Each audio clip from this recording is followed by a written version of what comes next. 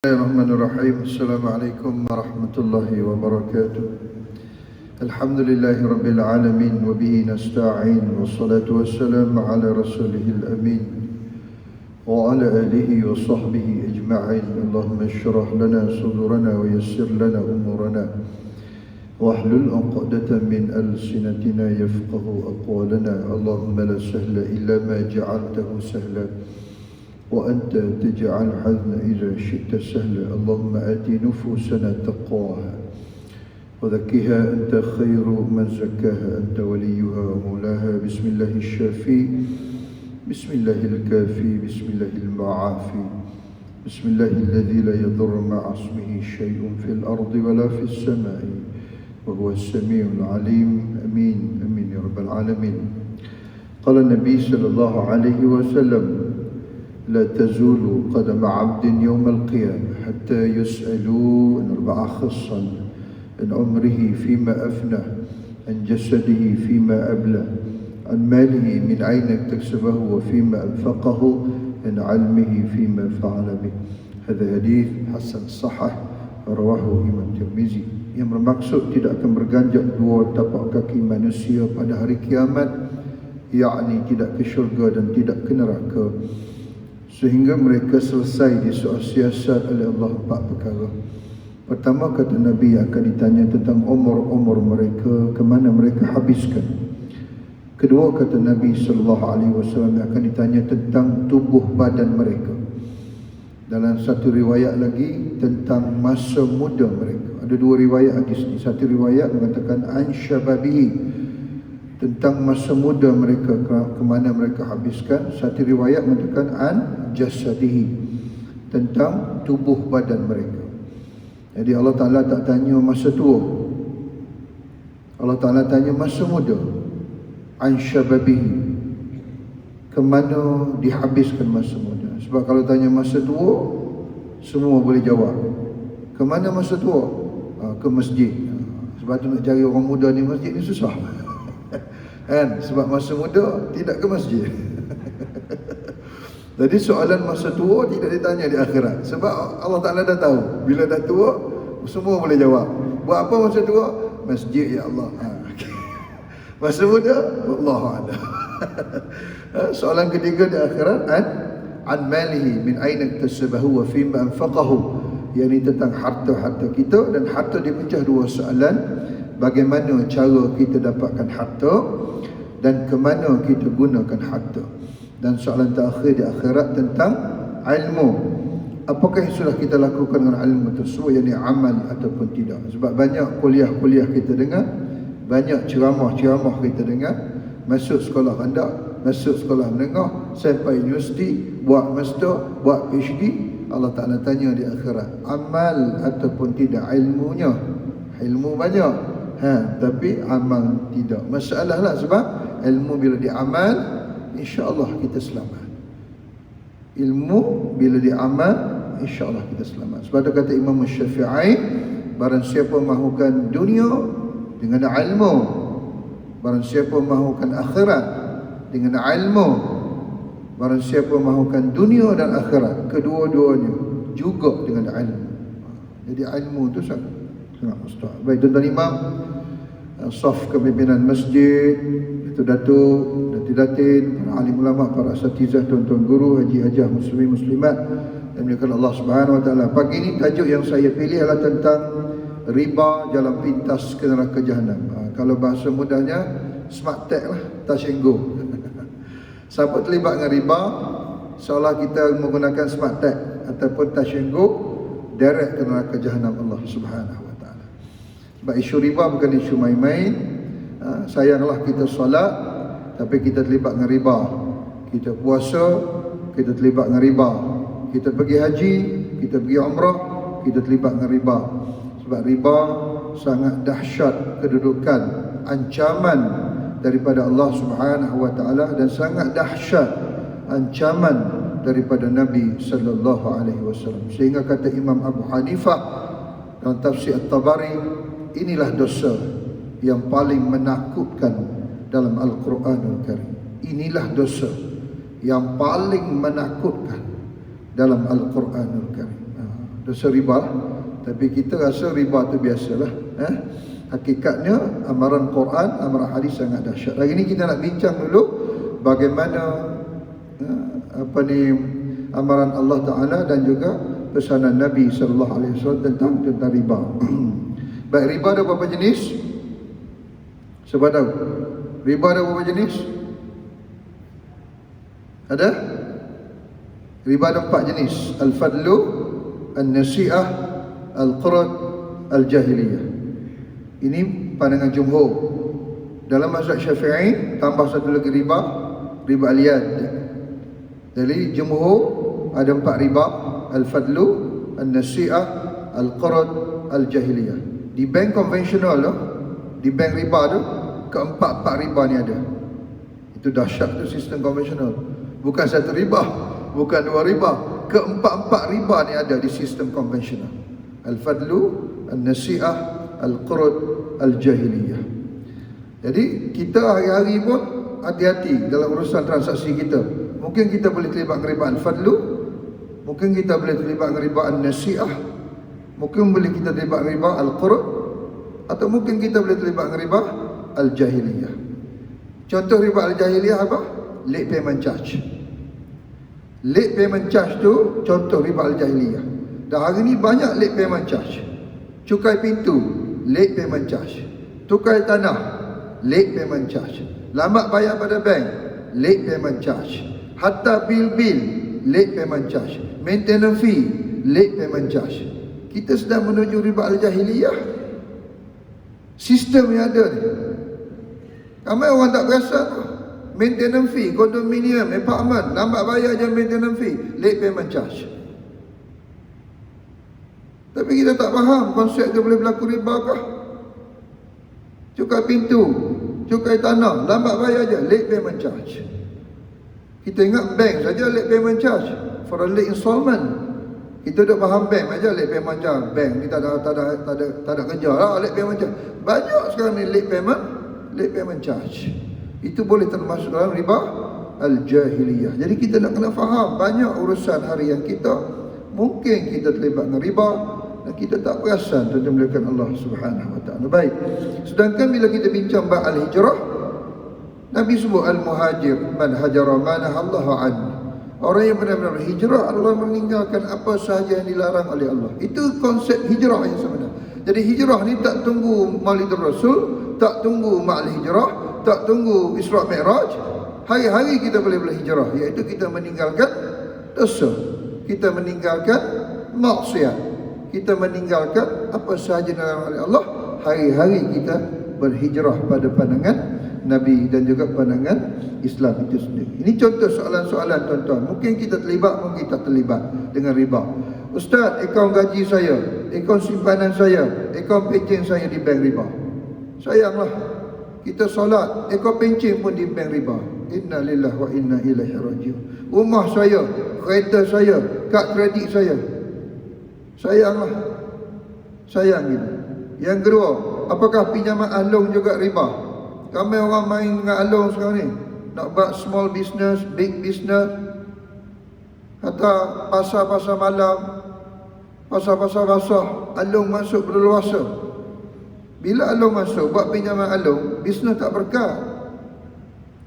Yamhaqullahu riba, yamhaqullahu riba. Aku cabut berkat harta yang kamu dapat dengan sistem riba. Jadi tak ke mana bisnes tu.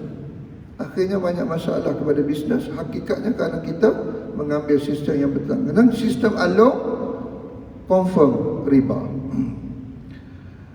Banyak koperasi menawarkan pinjaman kredit, confirm riba. Siapa melabur dalam koperasi dan dia menggunakan transaksi pinjaman, lending and borrowing, dan kita menerima dividen pada setiap tahun daripada koperasi tersebut, confirm riba. Sebab tu kita nak melabur dalam koperasi, kita nak kena tahu what a business, what type of business dalam koperasi itu. Nak tahu dulu, koperasi itu ada penasihat syariah tak? Banyak koperasi tak ada penasihat syariah. Dan koperasi banyak sekarang ni, macam-macam jenis koperasi. Jadi kita dah nampak dividen. Hakikatnya kita terlibat dengan riba. Jadi bukan tak boleh melabur dalam koperasi, kita nak kena tahu koperasi itu apa bentuk perniagaannya dan bentuk operasinya. Bagaimana dengan akaun masjid, akaun surau, akaun perniagaan, akaun mana-mana NGO, akaun sekolah?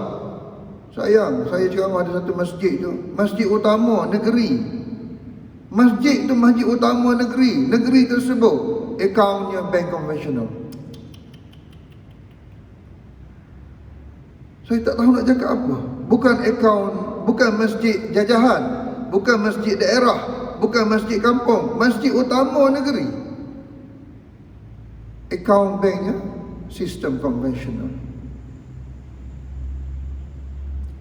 Susah nak cakap. Akaun perniagaan, kita berniaga, current account kita pakai which bank? Akaun NGO, aktif kita buat program-program kebajikan NGO. Korban sana, sedekah sini, infak sana, telaga apa dia panggil? Water for life, gali telaga. Tapi nombor akaun NGO tu. Saya akaun sekolah, kita yang ketua PIBG, kita mendahari PIBG. Akaun sekolah pun kita tak perasan. Sistem konvensional. Banyak tuan-tuan. Saya terlibatkan insurans. Rumah kita tu MRTT ke MRTA, coverage rumah tu insurans MRTT ke MRTA. Kita ambil nak cover rumah tu. Rumah tu satu sistem konvensional dah kalau kita ambil pinjaman. Yang kedua coverage rumah tu kalau berlaku apa-apa. MRTT ke MRTA? Oh, tak tahu Ustaz. Yang saya tahu MRT. Jadi kita kereta saya renew road tax. Kita renew road tax kereta setiap tahun. Ambil insurans, ambil takaful. Oh, saya tak perasan Ustaz. Yang saya nak coverage TikTok first party. Bukan masalah first party, second party, third party. Kita orang Islam ni halal haram adalah fardu wajib. Kita nak kena cari mana tu. Tak perasan kita. Kita setiap tahun pakai coverage insurance konvensional. Medical card. Pergi kita hospital buat treatment tu, buat treatment ni. Tak perasan kita. Pakai life insurance kita. Habis tuan-tuan, berleluasa. Itu saya minta maaf lah, saya cakap siapa jadi agent untuk sistem konvensional yang ambil, yang market, yang promote. Nak kena tengok ni. Tempat syarikat saya bekerja bercampur halal haram. Apa status gaji saya? Bagaimana pinjaman kerajaan, government loan? Kita ambil, kita kerja cikgu, kerja kerajaan, tapi kita ambil government loan, pinjaman kerajaan. Government loan, nama lagi loan, lending and borrowing. Jadi kita nak kena tengok, sebab government loan ada dua, satu patut syariah, satu tak patut syariah. Jadi kita dah ambil government loan, beli rumah, siap dah beli rumah. Ustaz, saya baru habis bayar government loan. Saya ambil lebih kurang 30 tahun. Habis tu rumah tu saya nak buat macam mana Ustaz? Saya tak tahu mana halal, mana haram. Itu ilmu sangat mustahak. Ilmu ni sangat mustahak, khususnya bab harta. Tahniah pada pihak masjid kerana buat kuliah fiqh muamalat ni. Sebab tak banyak masjid buat kuliah fiqh muamalat ni.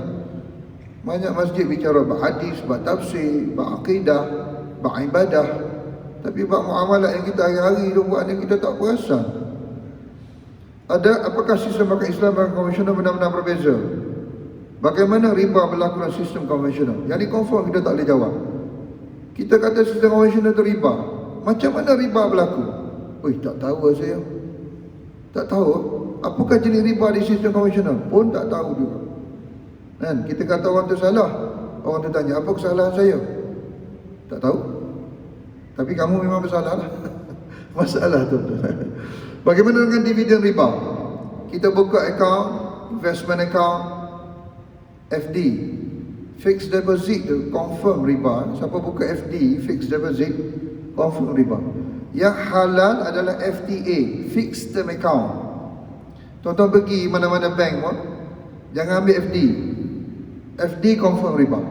Tuan-tuan kena convert kepada FTA, fixed term account. Yang tu patut syariah. Dan semua bank ada FTA, fixed term account. Kita masih lagi sebut FD. Sebenarnya sistem Islam bukan FD. Sistem Islam adalah fixed deposit account. Dan kita pernah buka akaun FD dan kita dapat dividen atau riba. Macam mana nak buat dengan duit riba? Macam mana kita nak luput duit riba? Macam mana kita nak taubat harta haram? Bagaimana riba berlaku dalam pajak gadai? Ar-Rahnu, pajak gadai. Ar-Rahnu itu patuh Islam, patuh syariah. Yang pajak gadai biasa ni, yang luar pada Ar-Rahnu ni. Banyak orang terlibat dengan pajak gadai tak patuh syariah. Ustaz, sahkah isteri saya terimas nimah perhiasan? Hati-hati terimas, kerana riba juga boleh berlaku. Kita terimas, tunggu kita isteri kita kat luar, isteri kita kat dalam, terimas kita kat luar. Kita sebagai suami tak tahu no, isteri kat dalam no. What is the process daripada emas lama kepada emas baru? Macam mana nak terimas supaya riba tidak berlaku? Kita tak mengaji. Kita ketua keluarga tahu, suami isteri kat dalam kedai emas tu sedang melakukan transaksi riba. Ku anfusakum wa ahlikum nara, pelihara dirimu, pelihara ahli keluargamu daripada api neraka. Kita ketua keluarga dah, suami ni, tapi kita tak pelihara isteri kita dan terlibat. Jadi nak kena faham macam mana konsep terimas. Ustaz, apa beza emas perhiasan dengan emas bukan perhiasan? Contohnya gold bar, jongkong, shilling emas. Apakah ni semua barang ribawi? Barang ribawi ni ada 6 jenis. Hati-hati bila kita bertransaksi 6 jenis barang ni, kerana kita mungkin terlibat dengan riba. Ustaz, saya tukar duit baru-baru ni, tapi serah terima duit lambat. Kita tukar duit RM100 kepada RM10. Ini contoh. RM100 50 dengan RM10 10 keping. Tetapi salah satu duit ini serah terimanya lambat, riba boleh berlaku. Tukar duit tidak boleh serah terima lambat, tidak boleh. Allah, ustaz, banyaklah saya tukar duit, kemudian esok baru saya bagi duit tu.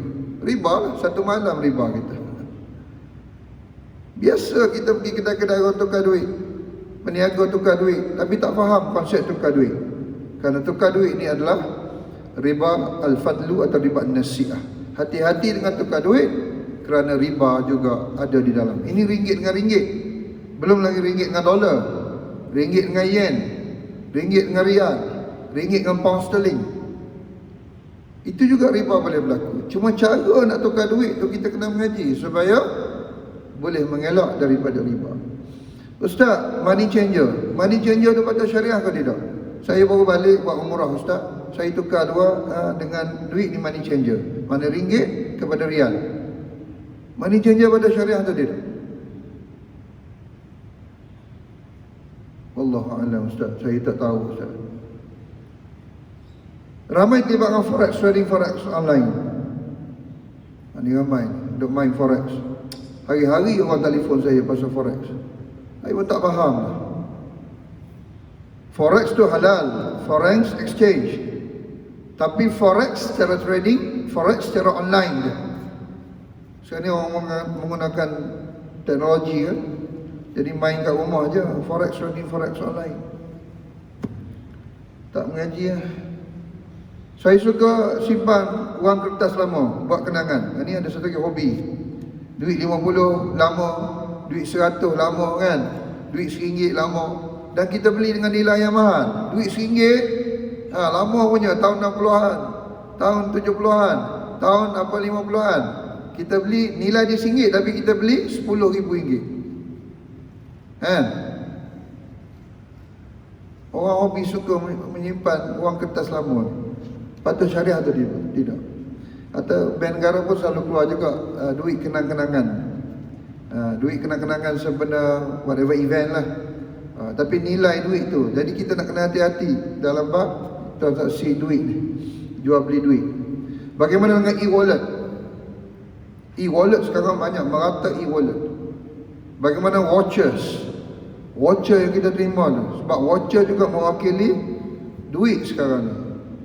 Kita pergi besar raya dapat watcher, kita pergi hotel dapat voucher. Banyak voucher. Hatta universiti pun dia bagi voucher kan untuk budak-budak buku. Apa konsep ganjaran mata ahli?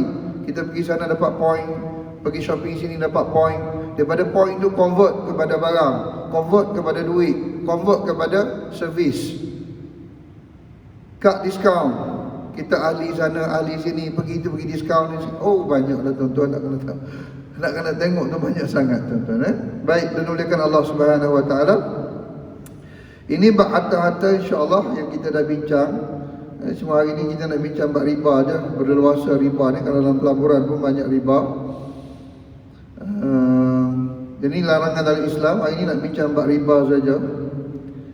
Okey. Jadi asas muamalah ni ada lebih kurang 6 lah. Pertama, tidak boleh ada gharar dalam muamalah, dalam transaksi harian. Tidak boleh ada darar, tidak boleh ada riba, tidak boleh ada gambling, judi. Akad atau perjanjian kita masuk, akad yang sah, perjanjian yang sah, kontrak yang sah. Sebab pada setiap kontrak ada rukun dan syarat.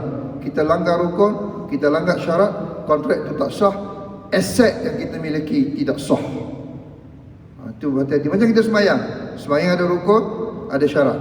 Kita langgar rukun semayang, kita langgar syarat semayang, tak sah semayang. Sama juga transaksi kita, akad kita, perjanjian kita, kontrak kita, ada rukun, ada syarat. Kita langgar rukun, kita langgar syarat, tidak sah harta yang kita miliki. Masalah sampai kepada mahsyar. Ini masalah. Dan ini nak bincang bab riba saja. Sebab dengan riba, hukumannya besar, transaksi kita tidak sah. Dan milikan harta kita tidak sah sampai ke akhirat, masalah kita. Maukah anda minum air dalam ada arak 20%? Mustahil kita akan minum air. Air. Bau sebuah air? Datang air. Ada. Saya biasa kalau masa ceramah kira susu. Contoh. Maukah kita minum air yang di dalamnya ada arak 20%? Memang kita tak minum. Sikit pun kita tak minum sebab kita sensitif dengan arak. Maukah kita makan kek yang di dalamnya ada 20% babi? Oh, tidak mungkin. Kerana kita sangat sensitif dengan babi. Sedikit pun. Oh, tidak, mustahil untuk kita makan. Kemudian, maukah kita makan hasil pelaburan yang 20% ada riba? Oh, tak apa. Riba, okey, tak ada isu riba. Tak ada isu apa tuan-tuan. Makam dosa riba lebih dahsyat daripada babi. Makam dosa riba lebih dahsyat daripada arak. Kedudukan dosa besar, makam dosa jauh lebih besar. Dosa riba berbanding dengan babi jauh lebih dahsyat dosa riba berbanding dengan arak. Masih je? Dah je tuang saya minum. Nanti kata saya tak minum. Baik, ini saya sebut riba. Riba dalam jual beli dan riba dalam hutang piutang. So di bawah riba jual beli ada dua jenis, al-fadlu an-nasi'ah. Di bawah hutang piutang, bukan tak boleh berhutang. Hati-hati berhutang, kerana riba juga boleh berlaku al-qardu ataupun riba al-qurud, dan satu lagi riba al-jahiliyah. Nanti kita akan mengaji semua ni. Hari ni kita tak bincang dulu riba al-buyu', riba jual beli, dan juga kita tak bincang juga secara terperinci riba ad-duyun, riba hutang piutang. Kita akan nak tahu tentang natijah dulu, dunia dan akhirat, kesan riba. Cuma ni nak kena mengaji semualah supaya kita faham transaksi kita tidak terlibat dengan riba, sama ada al-fadlu, an-nasi'ah, al-quru' ataupun al-jahiliyah. Dan tuan-tuan tengok ayat ni bab riba. A'udzu billahi minasy syaithanir rajim. Sebab tu Quran ni baca dan faham, baca dan faham, baca dan faham. Sebab dia arahan, kadang-kadang ini arahan Allah Ta'ala ni. Bismillahirrahmanirrahim. الذين يأكلون الربا لا يقومون إلا كما يقوم الذي يتخبطه الشيطان من المس. Ayat ni jelas, siapa terlibat dengan riba dirasuk setan. Begitu Allah Ta'ala ibaratkan. Siapa terlibat dengan riba, makan riba, transaksi riba, mereka dirasuk setan. Dahsyat tu. ذلك بأنهم قالوا إنما البيع مثل الربا وأحل الله البيع وحرم الربا. Kenapa mereka dirasuk syaitan? Sebab mereka ni berpendapat tak ada beza riba dan bukan riba. Jangan cakap begitu. Kata Allah, aku halalkan jual beli dan aku haramkan riba. Macam mana kita boleh kata sama? Siapa kita di sisi Allah? Ramai orang kata tak ada beza sistem Islam dan sistem konvensional, sama saja. Hati-hati, boleh gugur kalimah syahadah. Mengharamkan apa yang Allah Ta'ala halalkan, gugur kalimah syahadah. Menghalalkan apa yang Allah haramkan, gugur kalimah syahadah. Hati-hati bila bercakap, tuan-tuan. فَمَنْ جَاءَهُ مَوْعِظَةٌ مِنْ رَبِّهِ فَانْتَهَى فَلَهُ مَا سَلَفَ وَأَمْرُهُ إِلَى اللَّهِ. Allah Ta'ala beritahu, bila sampai di arahan ni, kena berhenti. Allah Ta'ala kata, ahallallahu al-bay'a wa harrama riba. Aku halalkan jual beli, aku haramkan riba. Dan faman ja'ahu mau'izatun min rabbih fantaha. Dan sesiapa yang telah sampai ke telinganya perintah ini, berhentilah. Tapi kita tak berhenti. Arahan Allah Ta'ala tu ada fa lagi di depan tu, fantaha.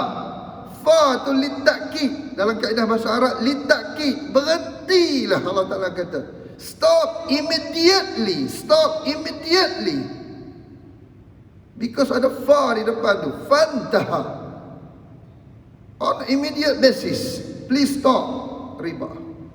Tapi kita tak hirau. Perintah Allah, perintah Allah. Wa man 'ada fa ulaika ashabun nar hum fiha khalidun. Dan Allah Ta'ala bagi ancaman, barang siapa yang masih terlibat dengan riba, Duk ulang, masih terlibat dengan riba, ulaika ashabun nar, mereka ahli neraka. Lama mana dalam neraka? Hum fiha khalidun, kekal selama-lamanya.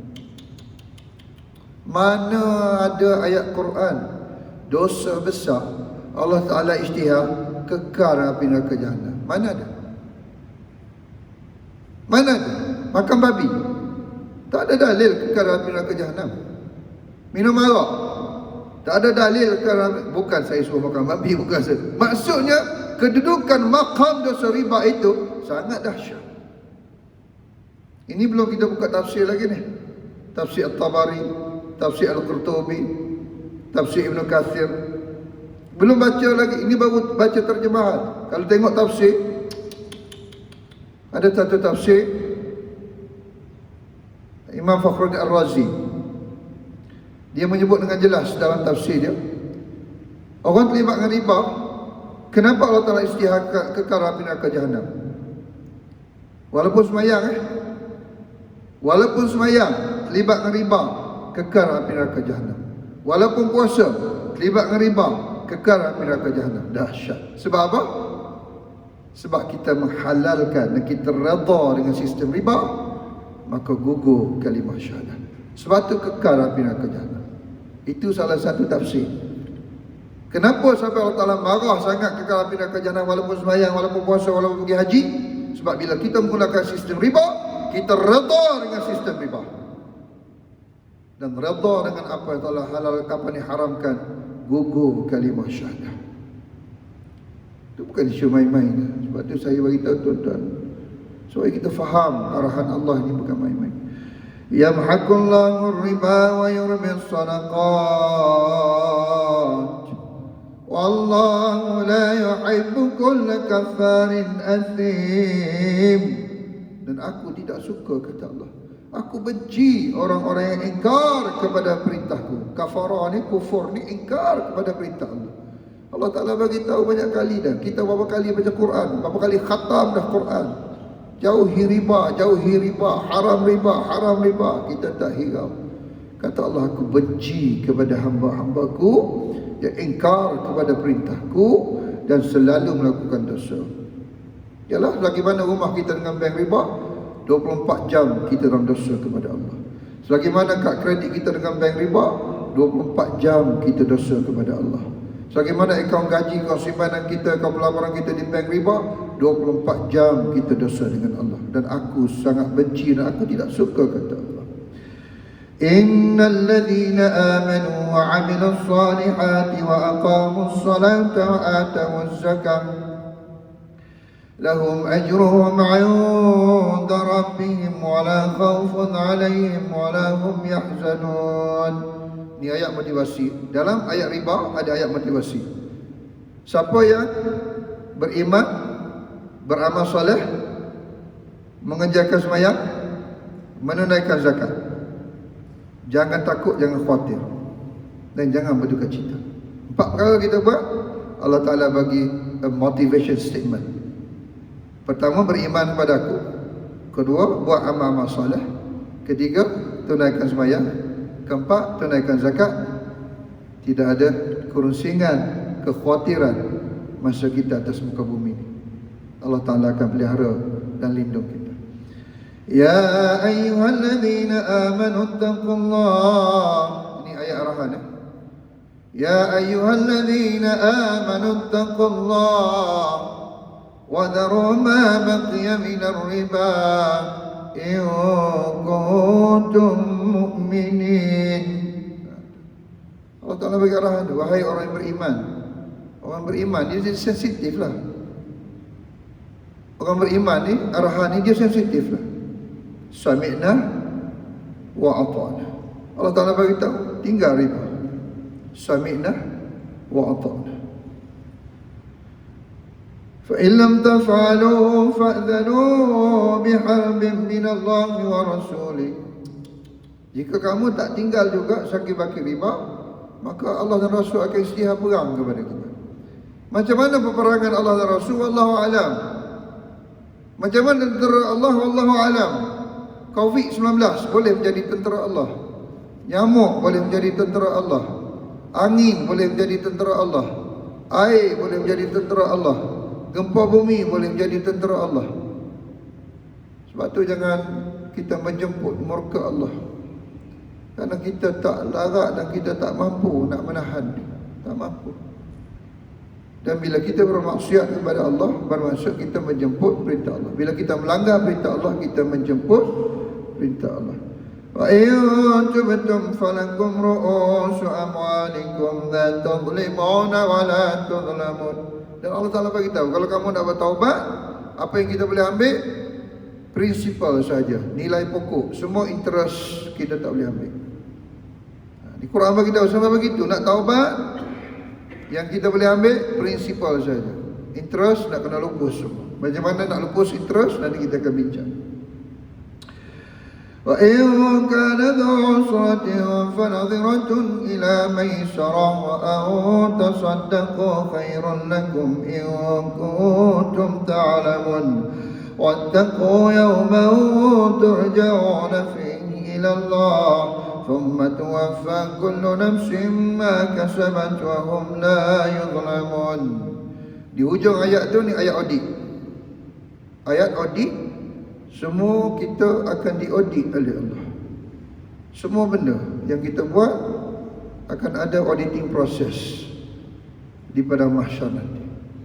Kita tak boleh lari. Jadi kita nak kena pelihara diri kita, nak kena rancang diri kita. Dalam Quran ni macam-macam ayat ada. Jangan kita ingat ayat akhirat saja. Ini ayat auditing proses ni. Semuanya akan diaudit oleh Allah Subhanahu Wa Taala dan tidak akan dikurangkan balasan walaupun sedikit. Makan harta riba, harta haram. Kullu lahmin nabata min haramin fannaru aula bih. Setiap jebisan daging yang tumbuh daripada harta haram, nerakalah tempatnya. Tak boleh cakap apalah. Sebab tu nak kena hati-hati dengan harta haram. Sebab bila menjadi darah daging kita, maka akan dibakar daging-daging yang tumbuh daripada harta haram. Di mana daging tumbuh? Wallahu a'lam. Di kepala kah? Di siku kah? Di dada kah? Di paha kah? Di kaki kah? Wallahu a'lam. Tapi Nabi bagi amaran keras, akan dibakar dalam api neraka jahanam orang yang makan harta-harta haram. Kata Imam Qatadah dalam tafsir At-Tabari, Allah menjanjikan ahli riba dengan hukuman bunuh dan akan mendapatkannya di mana sahaja mereka berada. Nak lari mana? Sampai begitu tafsir ulama. Imam Qatadah radhiyallahu anhu, kata Imam Abu Hanifah, inilah ayat dalam Al-Quran yang paling menakutkan. Saya sebut tadi lah, yang saya baca ayat tadi ada berapa ayat? 275, 276, 277, 278, 279, 280, 281. Satu muka surat ni baru satu jenis riba, riba al-qurd. Ayat yang saya baca tadi baru satu jenis riba tu, riba al-qurd.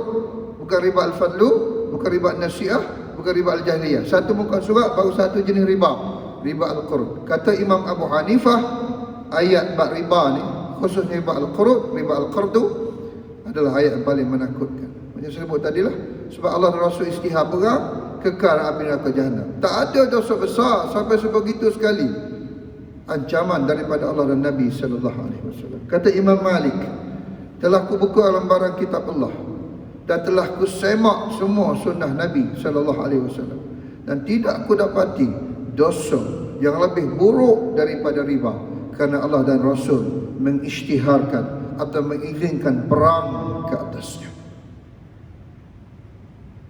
Kita baca Quran, kita tak rasa apa-apa, tapi kita mengajilah, tengok pesanan-pesanan ahli ulama, sampai begini statement yang dikeluarkan. Tidak ku dapati dosa. Dia semak dah Quran, dia semak dah hadis, dia semak dah sunnah. Tidak ku dapati dosa yang lebih buruk melainkan dosa riba. Bagaimana sikap kita? Ilmu kita dapat bab riba, sikap kita dah ada ilmu. Kata Ibnu Abbas, dibenarkan kepada pemerintah untuk menjatuhkan hukuman pancung kepada rakyatnya yang terlibat dengan riba. Tafsir Ibn Kathir. Dahsyatnya, kalau kita buka tafsir ni, dia sebut mana-mana rakyat yang terlibat dengan riba diberi masa 2 hari untuk bertaubat. Tuan-tuan buka tafsir Ibn Kathir ni, ayat bab riba. Kata Ibn Kathir, beri masa kepada mereka 2 hari untuk bertaubat. 2 hari sahaja. Jika mereka tidak bertaubat dalam masa 2 hari, tidak keluar daripada riba, pancung mereka. Dahsyat. Allahu Akbar kabir. Sampai hukuman pancung orang terlibat dengan riba. Boleh pemerintah nak jatuhkan hukuman pancung. Ini hadis Nabi lagi, riwayat Al-Hakim. Idza zahara riba wa zina fi qaryatin faqad ahallu bi anfusihim adzab Allah. Bila riba dan zina menjadi suatu tempat, riba dan zina menjadi-jadi, banyak sangat riba, banyak sangat zina, maka penduduk tempat itu telah menjemput murka Allah, membenarkan azab daripada Allah. Sebab itulah saya sebut jangan main-main dengan riba dan zina. Maknanya kita telah menghalalkan kemaharan Allah, kemurkaan Allah kepada kita. Patutnya kita nak kena cegah ni, supaya azab Allah tak sampai. Bila azab Allah sampai, semua orang kena. Yang baik pun kena juga, kena serentak habis. Sebab tu amal ma'ruf nahi munkar nak kena buat. Disebut di akhirat tidak diterima pemakan riba daripada pemakan riba yang menggunakan harta riba, sedekahnya, hajinya, jihadnya dan ukhuwahnya. Tak ada nilai langsung. Harta riba ni tak ada nilai. Pergi haji tak ada nilai menggunakan harta riba. Sedekah tak ada nilai dengan harta riba.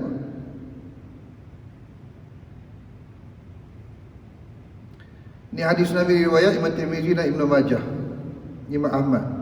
Allah melaknat pemakan riba. La'anallah akilar riba wa mukilahu wa katibahu wa syahidaihi. Wa qala Nabi sallallahu alaihi wasallam hum sawa'. Allah melaknat pemakan riba. Allah melaknat pemberi makan riba. Allah melaknat saksi-saksi riba. Allah melaknat juru tulis riba. Habis kena. Kita kalau kawan baik kita laknat kita pun kita terasa. Hari ni aku laknat kau, kawan kita kata. Sampai hati aku laknat aku. Ini bukan kawan.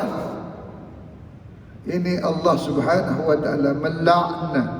Laknat, mal'un, mal'un, mal'un, mal'un, mal'un, mal'un. Ya Allah ya Rabbi. Saksi riba, jurutulis riba. Sebab tu saya minta maaf lah saya sebut kepada yang terlibat dengan sistem konvensional, ikhtiarlah untuk keluar.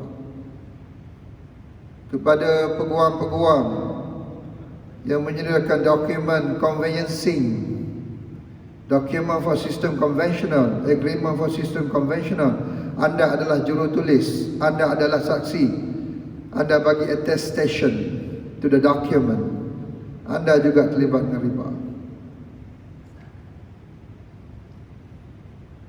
So anda semua daripada bawah, atas, kiri, kanan,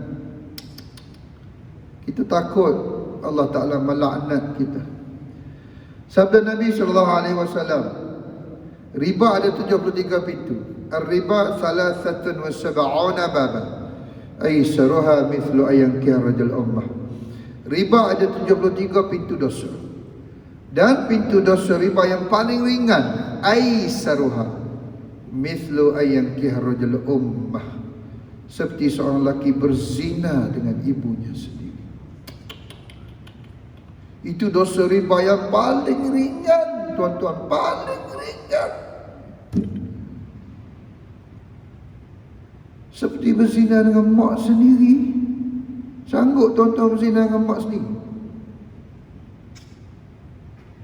Itu saya kata ancaman ini sangat dahsyat. Ancaman ini sangat keras. Kita main-main dengan riba.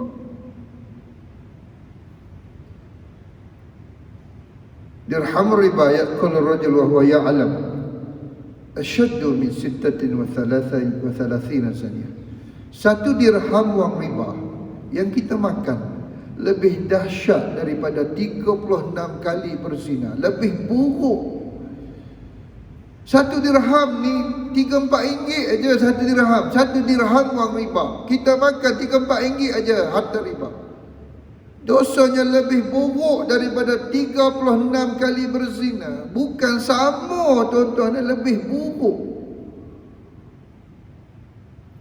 Macam mana lagi kita nak sampaikan benda ni? Hari-hari kita, setiap bukan hari, mana setiap bulan. Bulan ni kita sambut Maulidur Rasul.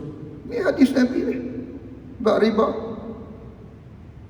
Nanti nak sambut pula Isra' dan Mi'raj. Ni hadis Nabi. Dalam Isra' dan Mi'raj, hadis Nabi bab riba. Berenang dalam sungai darah. Siapa terlibat dengan riba? Nabi dinampakkan seorang lelaki berenang dalam sungai darah. Lalu Nabi tanya Jibril, kenapa ni orang ni berenang kulu kaile dalam sungai darah? Siapa ni Jibril? Ni orang terlibat dengan riba. 8 tahun sambut Isra' dan Mi'raj. Dengar je lah, tapi kita tak amal. Ni masalah, sebab tu ditanya di akhirat. Ilmu dengar, amal tu tidak. Minta maaf lah tuan-tuan. Moga Allah Ta'ala pelihara kita dunia dan akhirat. Jadi kita nak kena taubah. Ini yang kita nak kena tahu. Macam mana taubat, nak keluar daripada riba. Mana wajib, arahan ni wajib untuk kita berhenti. Tidak ada khilaf haramnya riba. Tidak ada khilaf. Hukum qat'i, hukum putus haramnya riba. Tidak ada lagi ulama kata, oh riba ni mungkin ni, oh ni boleh, ni tak boleh, ni okey, ni tak ada, tak ada. Tidak ada ulama yang menghalalkan riba, tidak ada. Jadi hukum tu hukum yang qat'i, putus, spesifik, dan kita wajib meninggalkan riba. Tak ada pilihan buat kita. Tuan-tuan muliakan Allah Subhanahu wa taala. Allahu akbar kabira. Agak pedas sikitlah tengah hari ni. Apa ni pagi ni. Tapi itu yang saya nak kena bagi tahu. Ni saya bagi contoh sikit kat tuan-tuan supaya tuan-tuan nampak. Kes satu, sebuah rumah dijual secara tunai. Harganya 100,000. Manakala dijual secara ansuran, dijual dengan bayaran ansur-ansur. Bayaran cash 100,000. Tetapi dijual secara ansuran 200,000 dan dibayar ansur-ansur selama 20 tahun. riba atau tidak. Kes 2, pinjaman duit 100,000, juga 100,000. Bayaran balik selama 20 tahun, juga 200,000. Riba atau tidak? Kes 1 ribakah? Kes 2 ribakah? Atau kedua-duanya adalah riba? Saya ulangi sekali lagi. Kes 1, rumah dijual secara cash 100,000. Tetapi kalau tuan-tuan tak boleh bayar cash, boleh bayar ansur-ansur 20 tahun, tapi harganya 200,000. Sekali ganda naik. Kes 2, pinjam 100,000. Tapi bayar balik tak apalah ansur-ansur. Boleh bayar 20 tahun, tapi kena bayar 200,000. Mana satu riba? Atau kedua-duanya riba?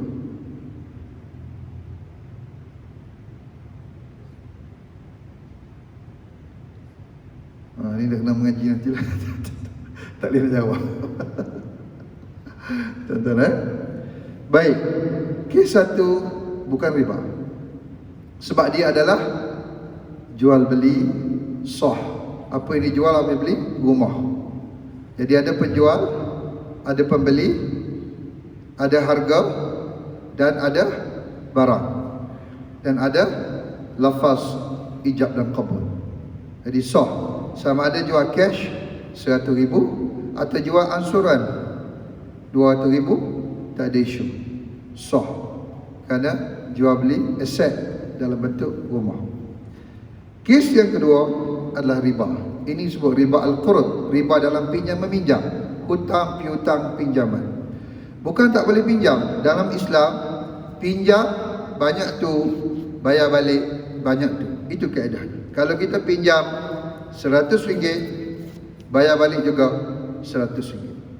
Tapi kalau si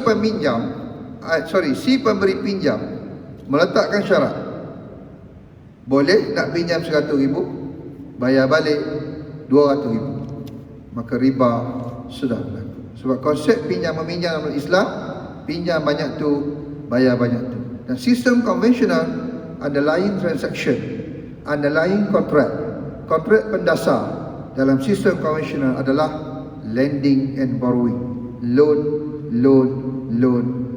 Sebab tu dia menjadi riba. Kerana transaksinya, underlying transaction itu, kontrak pendasarnya adalah lending and borrowing base. Itu aja salah sistem konvensional. Itu aja salah dia. Sedangkan sistem keuangan Islam semuanya sale and purchase, jual beli. Tuan-tuan pergi aja sistem keuangan Islam, sale and purchase. Ahallallahu al-bai'a wa harrama riba. Jadi tuan-tuan kata, kenapa tak nampak beza? Bezalah. Underlying kontrak ni. Satu jual beli, satu lagi pinjam meminjam dengan interest on the top of the lending process. Yang ni profit base. Kan, beli air mineral 50 sen, jual RM1. Berapa untung? 100%. Halal? Kerana jual dan beli, willing buyer, willing seller, tak ada isu, halal. Sebab dia akad jual beli. Jadi bila tuan-tuan kata sama, kita pun rasa banyak yang salah faham tentang apa yang berlaku. Saya bagi tahu contoh simulasi tidur. Bila kita tidurlah, ambil bantal tidur. Di segi operasi tidur tu, ambil bantal, letakkan badan, letak kepala, kemudian melamun sekejap, tidur. Itu operasi tidur. Sama aja operasi. Tapi kalau tidur dengan sunnah Nabi, dengan kehendak Islam, tidur kita jadi ibadah tak? Jadi ibadah. Jadi tidur sama aja operasi tidur. Satu tidur mengikut sunnah Nabi, dapat pahala. Satu tidur tak mengikut sunnah Nabi, tak ada apa. Itu aja. Dia punya fundamental. Dari segi operation base, sama aja. Sistem Islam, sistem konvensional. Taking deposit, offer financing. Taking deposit, offer loan. Banking. Operation base, no different. Tidur, sama juga. Operation base, no different.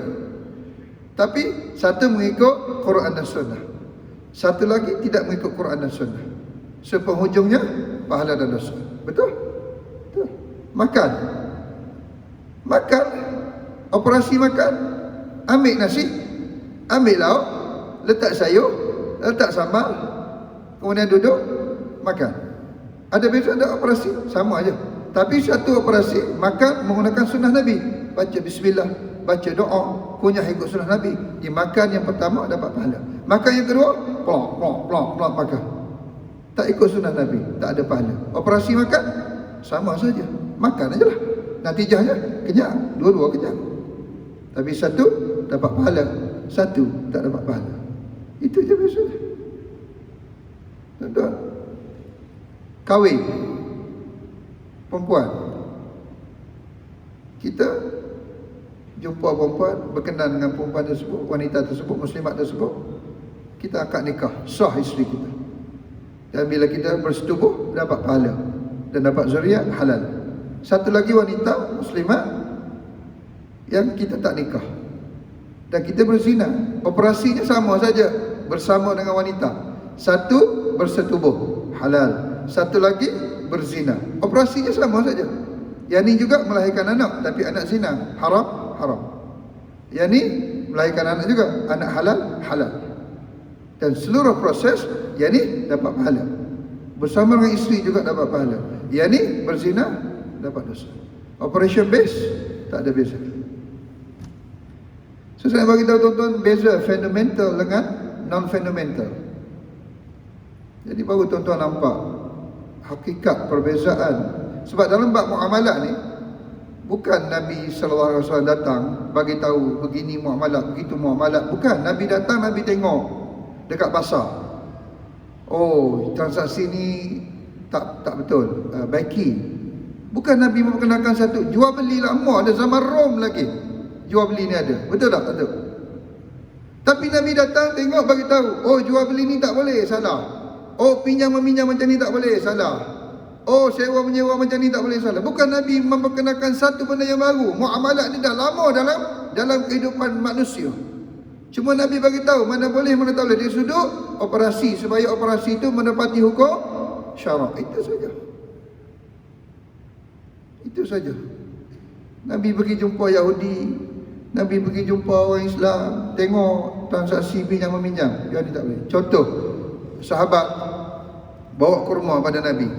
Saya lupa nama sahabat tu. Lalu Nabi tanya dia, macam mana kamu beli kurma ni? Dia bawa satu kurma yang bagus, yang baik kualiti pada Nabi SAW. Nabi katanya, sebelum aku makan, aku nak tanya dulu, macam mana kau dapat kurma ni? Dia kata, ya Rasulullah, aku ada kurma di rumah, tapi kualiti kurma aku tak bagus. Kalau kita kualiti grade C, grade D lah kualiti kurma. Jadi aku berniat nak bagi pada Rasulullah sebagai hadiah. Jadi aku ke pasar dulu, aku tukar kurma grade C, kurma grade D dengan kurma grade A. Aku nak cari kurma yang kualiti, nak bawa kepadamu ya Rasulullah. Jadi aku ke pasar, aku tukar kurma grade C kepada kurma grade A dan aku bawa kepadamu ya Rasulullah. Kata Nabi, riba. Kurma tu pun boleh jadi riba. Tukar kurma grade C dengan kurma grade A. Sebab kurma adalah barang ribawi.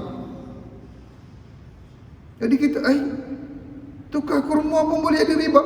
Biasalah kita tukar kurma. Cuma Nabi perbetulkan, lain kali tak boleh macam tu. Habis tu cara macam ni Rasulullah, ambil kurma grade C, jual dahulu, dapatkan cash.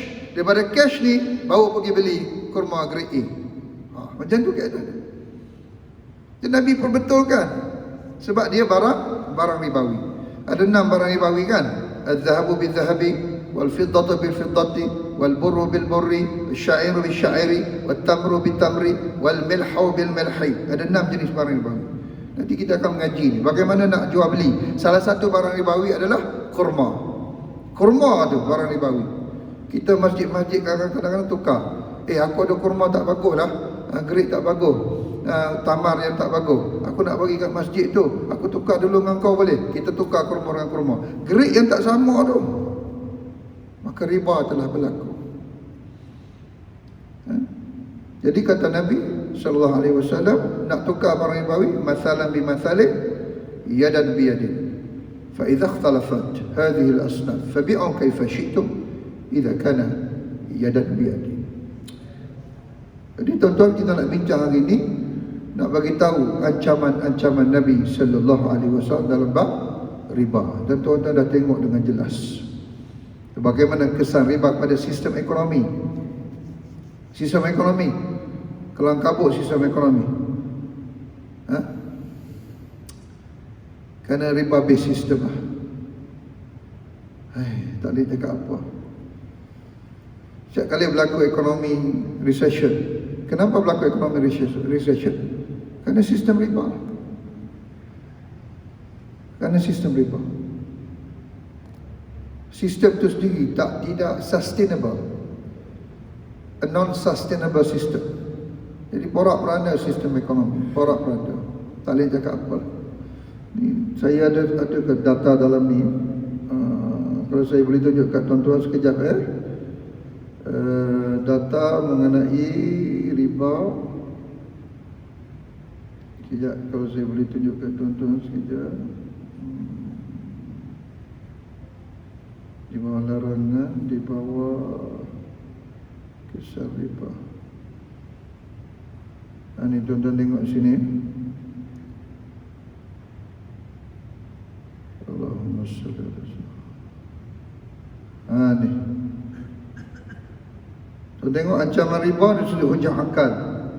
Kesan buruk riba kepada sistem ekonomi. Black September 2008. Tuan-tuan tengok. Tuan-tuan ingat tak economic recession yang berlaku pada tahun 2008? Ini the worst ever. The worst ever. AIG tumbang, Lehman Brothers tumbang, Merrill Lynch ni tak pernah tumbang dalam krisis ekonomi. Dia bank tertua di dunia, Merrill Lynch. Seingat saya umur dia 130 tahun lah, tak silap saya umur dia. Dan dia tak pernah tumbang. Tapi dalam krisis ekonomi kerana riba base ni, dia tak tahan dah. Merrill Lynch tumbang pada tahun 2008. JP Morgan, antara bank tertua dalam muka bumi ni, berapa puluh tahun saya pun lupa juga. Dia juga tumbang. Citibank tumbang kerana kredit kad. Tak tahan dah dengan riba. Buih-buih riba tak tahan, tumbang. Dikenali sebagai peristiwa ni Black September 2008. Sehingga Winston Gilfis dalam majalah Challenge on September 2008 dia keluarkan statement dia. As a financial crisis sweeps across all growth indexes, it is rather than Quran, which we need to read again, than the papal text. Because had our bankers eager profitability on stockholders' equity respected for at least a little the Sharia, we would not be in this situation. Akhirnya dia mengakui sampai masanya kita membaca Al-Quran berbanding Bible. Winston Gilfis ni bukan Islam, non-Muslim. Tapi kenapa dia kata sampai masanya kita kena baca Quran berbanding papal text Bible? Kenapa? Sebab dia pelik.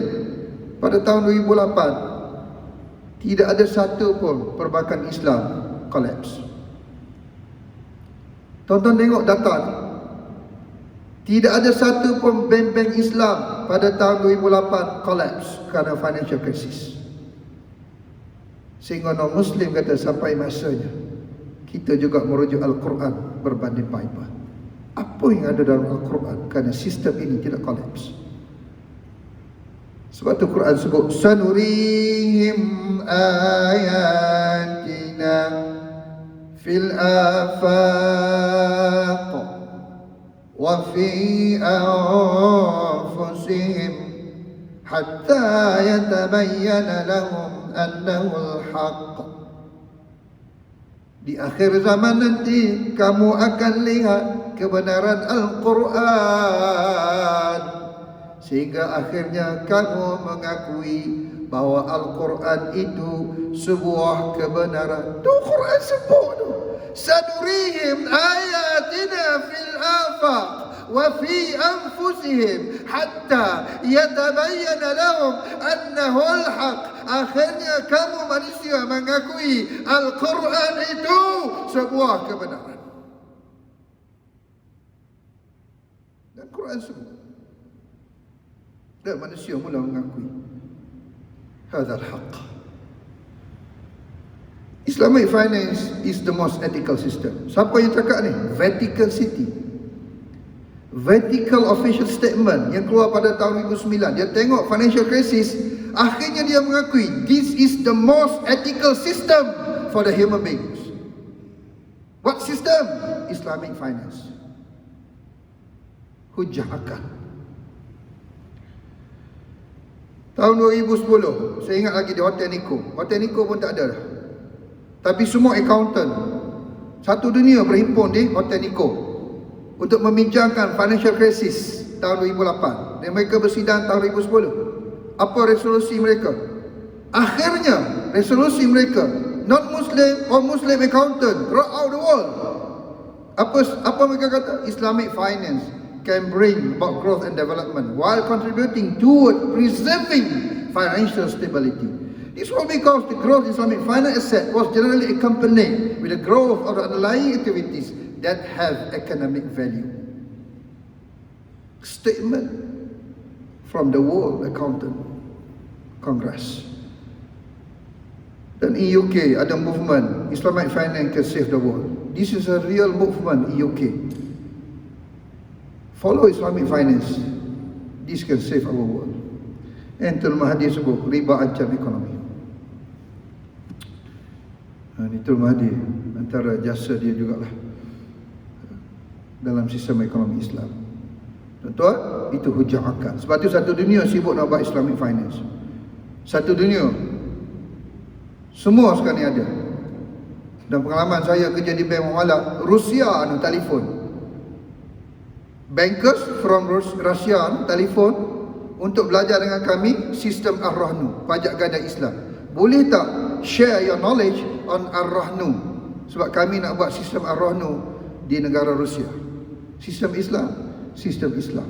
Akhirnya manusia melihat kehebatan sistem Islam. Tapi kita orang Islam sendiri masih lagi tidak meyakini sistem Islam. Sangat menyedihkan. Itu sangat menyedihkan. Allahu alam, itu saja nak sampai hari ni. Dah 7.30 lah.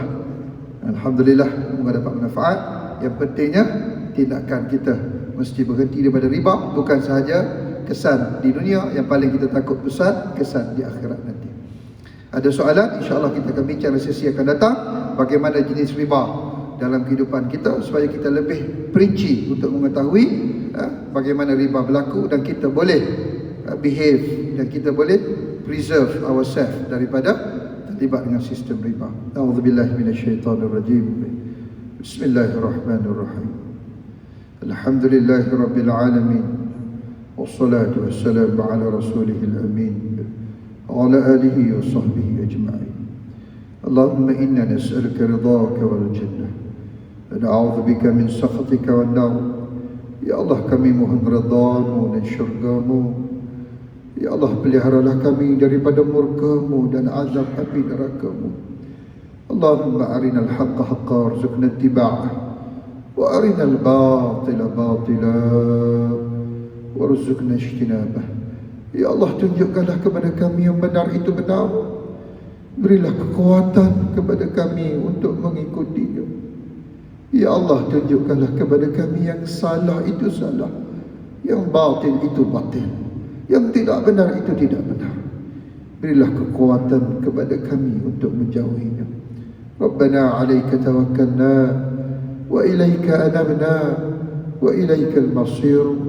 Ya Allah, kepada Engkau kami bertawakal, kepada Engkau kami bertaubat, dan kepada Engkau ya Allah pasti kami semua akan kembali. Wassallallahu ala sayyidina Muhammad wa ala alihi wa sahbihi wa sallam. Alhamdulillahi rabbil alamin. Taqabbalallahu minkum Minta maaf salah dan silap. Wassalamualaikum warahmatullahi wabarakatuh.